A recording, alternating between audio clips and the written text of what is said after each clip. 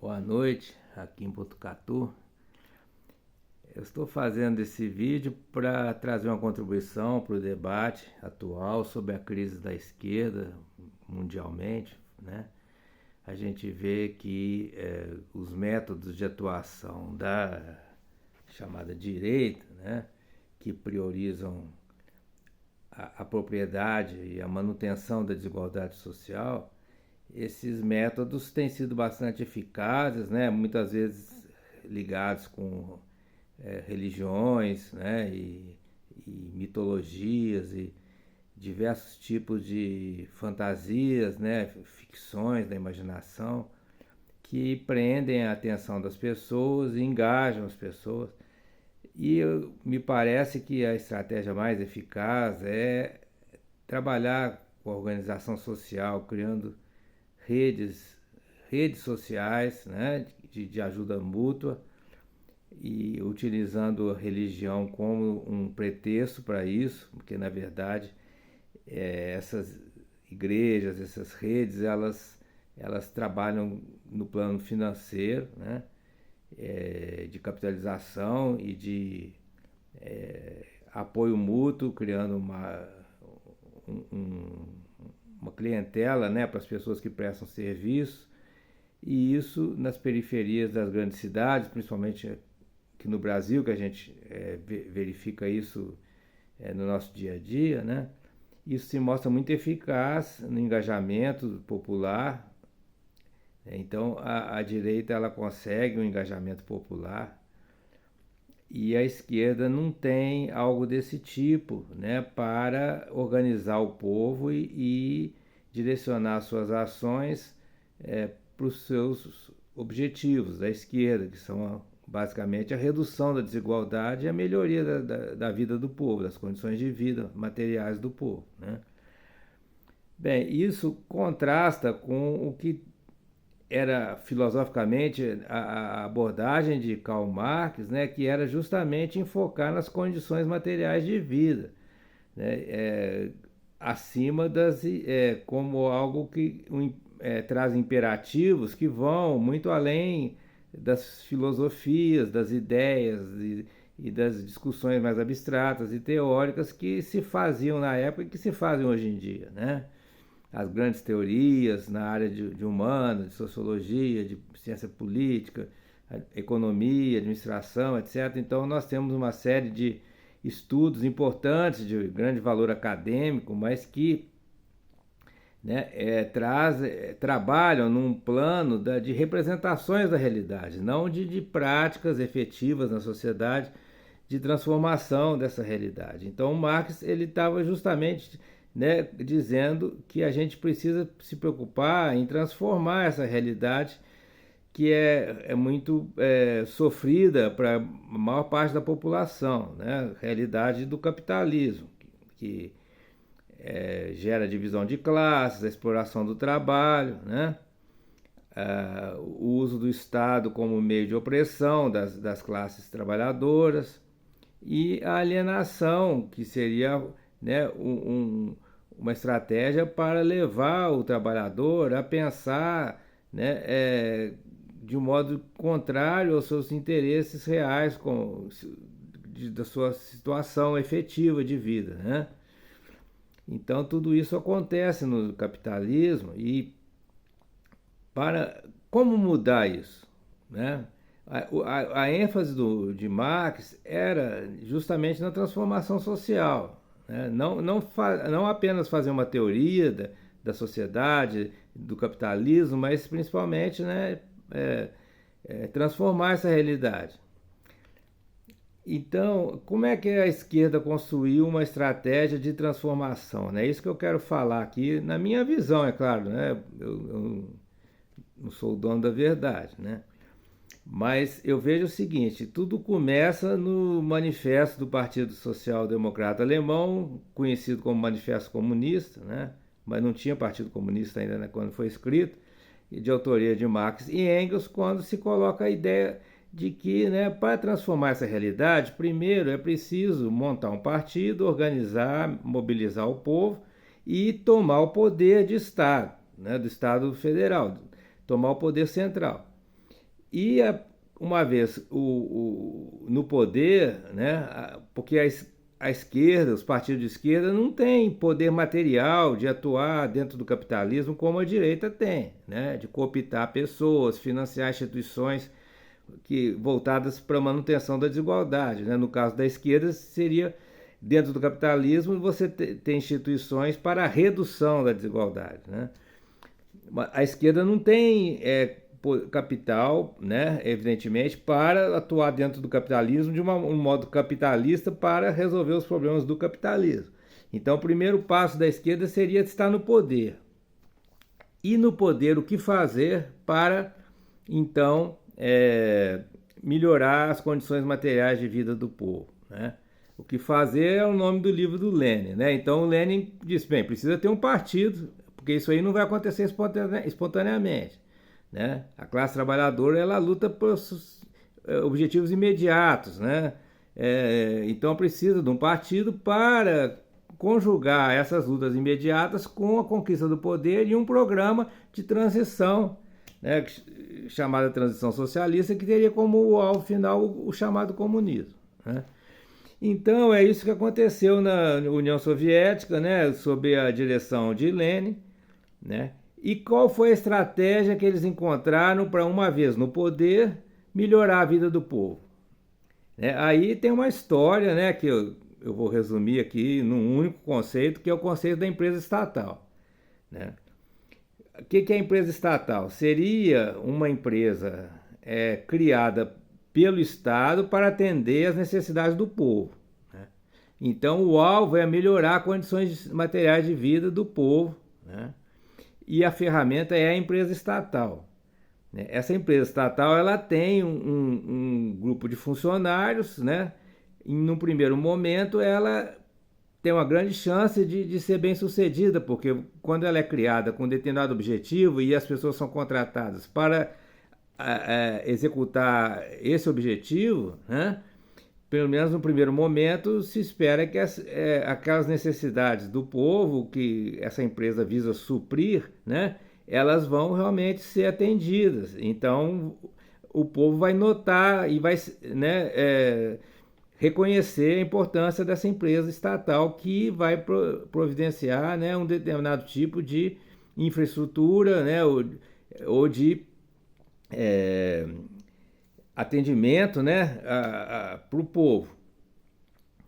Mas a médio e longo prazo há um risco muito grande desses objetivos serem deturpados ou mesmo substituídos por interesses da própria corporação, do próprio corpo de funcionários que compõe a estatal, né, que é o que possivelmente aconteceu na antiga União Soviética, né? Vamos pensar, por exemplo, né, uma empresa criada para o atendimento das pessoas de saúde, né? Se os funcionários eles passam a atuar no sentido de ter conquistas próprias e colocando o atendimento ao cidadão em segundo plano, né? Essa empresa ela já não mais vai satisfazer, né, aquela necessidade da sociedade de uma forma como foi originalmente planejado. E tem outros problemas, né, que se essa empresa tiver um monopólio na sua área, né, isso interfere com o mercado, né, as leis do mercado, chamada lei de oferta e procura, porque não vai existir concorrência, né? E então, mesmo que o serviço prestado pela estatal seja de má qualidade, né, não vai haver alternativa do povo, né, para aquele tipo de serviço ou de atividade, né? Então, tudo isso foi muito discutido e não é por acaso que a direita centrou como alvo da sua atuação a privatização das estatais em muitos países, inclusive no Brasil, né?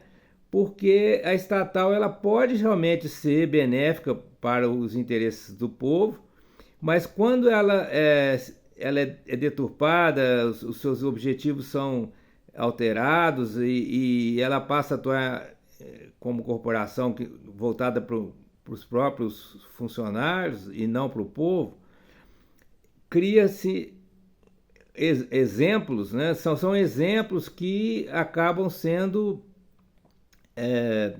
objetos de crítica e revolta do povo, né, contra essas empresas estatais. E, né, então é uma forma de mobilizar o povo contra os seus contra esse tipo de iniciativa, né? Então,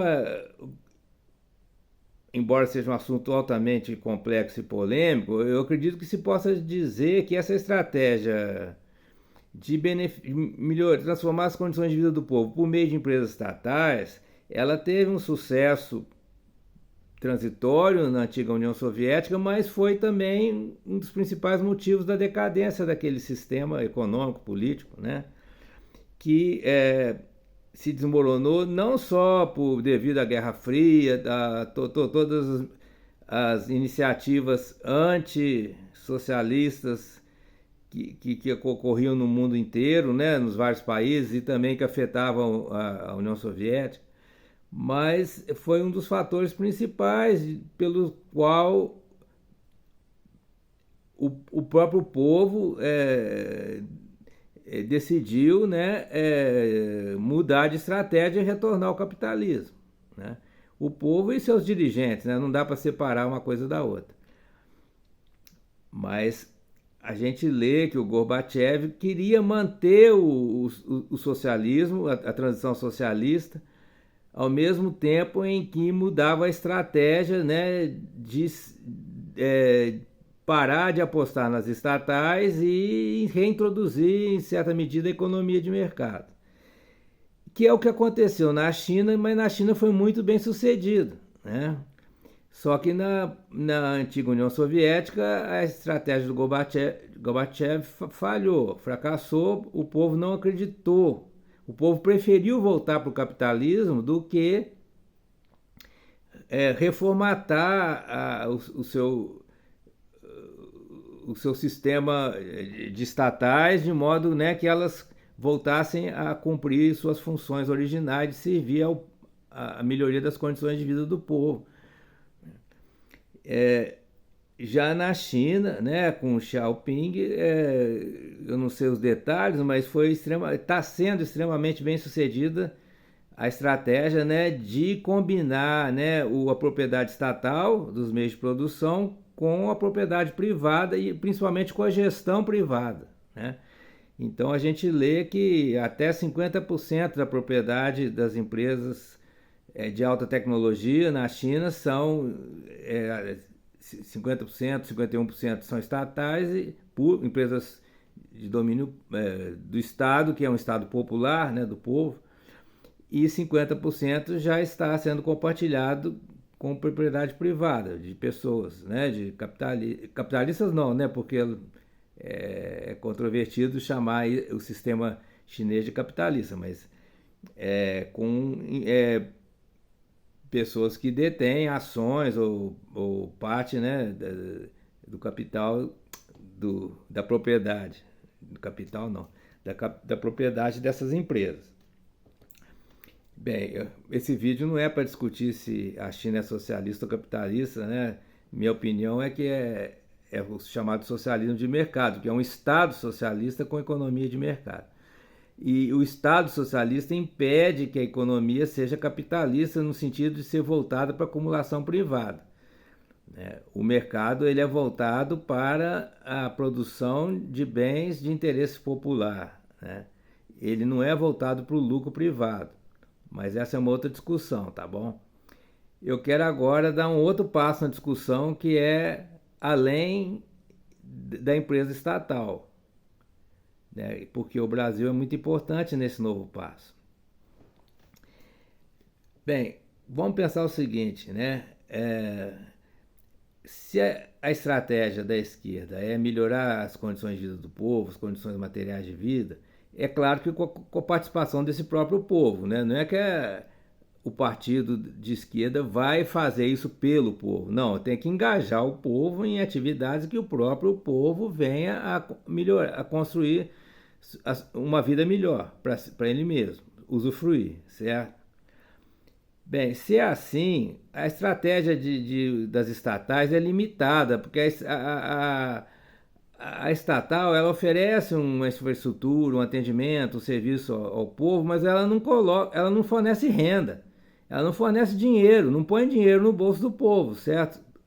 É, então, com as estatais é uma estratégia indireta de transferência de riqueza, de recursos para o trabalhador, né? Porque como o próprio Marx mostrou, né, no sistema capitalista o trabalhador é subremunerado, então ele, né, tem carências, né?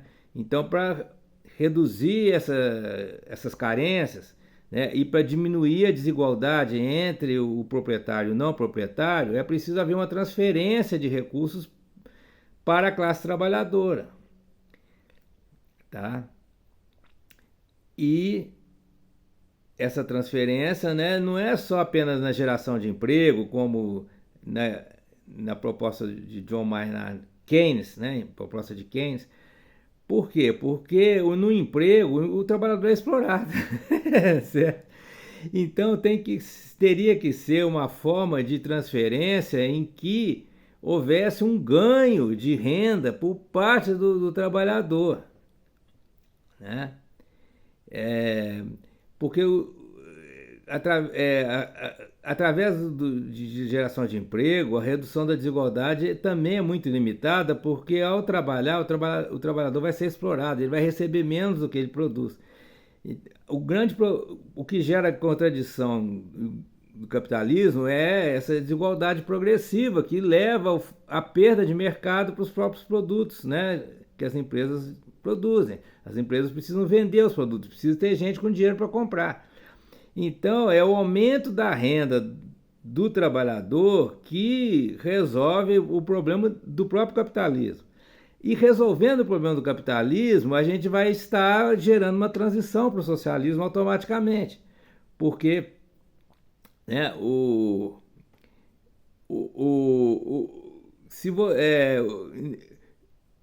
se o que limita o crescimento das forças produtivas no capitalismo é essa desigualdade crescente que limita o mercado, e se a gente resolve isso, então vai tirar as amarras que impedem o desenvolvimento da sociedade, né? Quer dizer, vai haver mais produção, mais consumo qualificados, né? Produzindo aquilo que o povo consome, e o povo então, podendo consumir mais, melhorando suas condições de vida, vai poder produzir melhor, né? E isso, né, embora não tenha sido definido exatamente o que é o socialismo, mas é a ideia que a gente tem de que as pessoas possam trabalhar para satisfazer as suas próprias necessidades, se satisfazer com o seu trabalho e se apropriar dos frutos do seu trabalho, né? Sem precisar servir a um patrão para fazer aquilo que o patrão quer, né? As pessoas poderem escolher o que elas vão fazer com as suas vidas. Para isso elas precisam ter autonomia financeira, então para isso elas precisam ter dinheiro. E eu não sei exatamente dizer como a solução para uma nova estratégia, né? A solução para esse problema surge no Brasil com o chamado Bolsa Família, que é a chamada transferência de dinheiro direta, né? Cash transfer em inglês, né? Que o Bolsa Família é reconhecido como o primeiro e maior programa de transferência de recursos, né, para o povo trabalhador do mundo, né? E através do Eduardo Suplicy, né, nós temos inclusive aprovado já uma lei, né, para estender isso para uma renda básica universal, que seria, ao meu ver, tá? Muitos discordam de mim, mas, a meu ver, seria aquilo exatamente o que satisfaria o que o Marx queria, que é liberar o o trabalhador da exploração, né? Porque se a pessoa recebe uma quantidade de dinheiro mínima que possibilita ela sobreviver, ela não precisa vender sua vida para um patrão, né? Para um proprietário, para trabalhar para o proprietário. Ela pode, né, criar o seu próprio negócio, né? E se virar e fazer o que ela quer, o que ela gosta, né? Por exemplo, um músico pode viver de música, né? É claro que a renda básica é muito pouco, mas já é uma outra linha, né, da sociedade. Então, nos primeiros governos do Lula, se implantou no Brasil o Bolsa Família, que é uma forma de renda básica, ainda muito limitada, precisaria ser ampliada. E como que a direita reage a isso, né? Acabou tendo que aceitar, né? O Bolsonaro até mudou de nome, mas uma vez isso aí foi implantado, ficou irreversível. Agora não tem mais como acabar com o Bolsa Família no Brasil, né? Só que tem um argumento de que não pode ser ampliada para uma renda básica universal. Por quê? Aí é complicado, tá? Mas o que se diz é que vai aumentar muito a dívida pública e com isso vai aumentar a inflação. Só que é bom sempre lembrar que a implantação do Bolsa Família não aumentou a inflação, né? Na época. E quando houve o auxílio emergencial de R$600 na pandemia de Covid, também não aumentou a inflação. Isso é sempre bom lembrar. Então esse argumento da inflação é furado, até porque a inflação é um fenômeno muito mais complexo do que isso. O ponto nevrálgico hoje em dia, né, é que um investimento público no reforço da renda popular é considerado um aumento da dívida pública, né? E isso é visto com medo, né, ou com um alarmismo pelo mercado financeiro. Porque a gente já sabe que o Estado Federal pode emitir dinheiro à vontade, né? Porque não existe mais o lastro em petróleo, nem em ouro, nem em nada, né? Então, o dinheiro é emitido pelos bancos ou pelo Estado Federal, né? Através dos bancos centrais, em parceria com outras instituições financeiras, inclusive bancos públicos, né? Podem, né? Então, é uma falsa questão dizer que falta dinheiro para ampliar o Bolsa Família, né? O que existe é medo tanto dos conservadores quanto da própria esquerda, de que essa ampliação, né, a implantação de uma renda básica universal vá gerar consequências imprevisíveis negativas, né? E também há questões filosóficas, como se fornecer renda básica fosse levar as pessoas a ficarem preguiçosas, não vão mais querer trabalhar. É claro que quem vai se preocupar mais com isso são os proprietários, né, que não vão ter mais pessoas escravas para trabalhar para eles, porque com a renda básica as pessoas vão ter mais autonomia, né?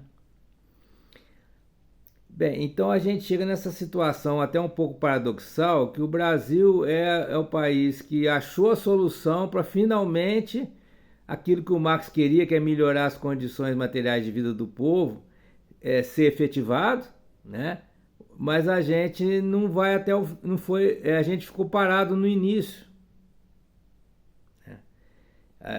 Não se deu continuidade à proposta do Suplicy, já da década de 90, né?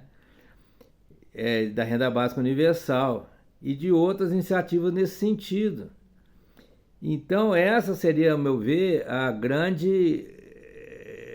o grande salto da esquerda para ela se recuperar, para ela chegar no povo, para ela reforçar, né, para ela colocar dinheiro no bolso do povo. Essa expressão é meio feia, né, colocar dinheiro no bolso do povo, mas eu não achei outra melhor.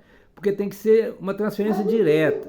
Não uma transferência financiando uma empreiteira para construir um estádio para a Copa do Mundo e o povo ir lá assistir o jogo. Não é uma coisa indireta assim, né? É transferência direta, é pegar o dinheiro, cair na conta da pessoa e ela poder pagar, né, o supermercado no final do mês. Então é algo que eu vejo como revolucionário, né? E é exatamente aquilo que é preciso fazer para melhorar as condições de vida do povo. Sair do plano das abstrações, né, do maquiavelismo, da política e ter uma atuação efetiva que vai gerar, né, uma melhoria da vida do povo e espera-se que também seja reconhecido pelo povo.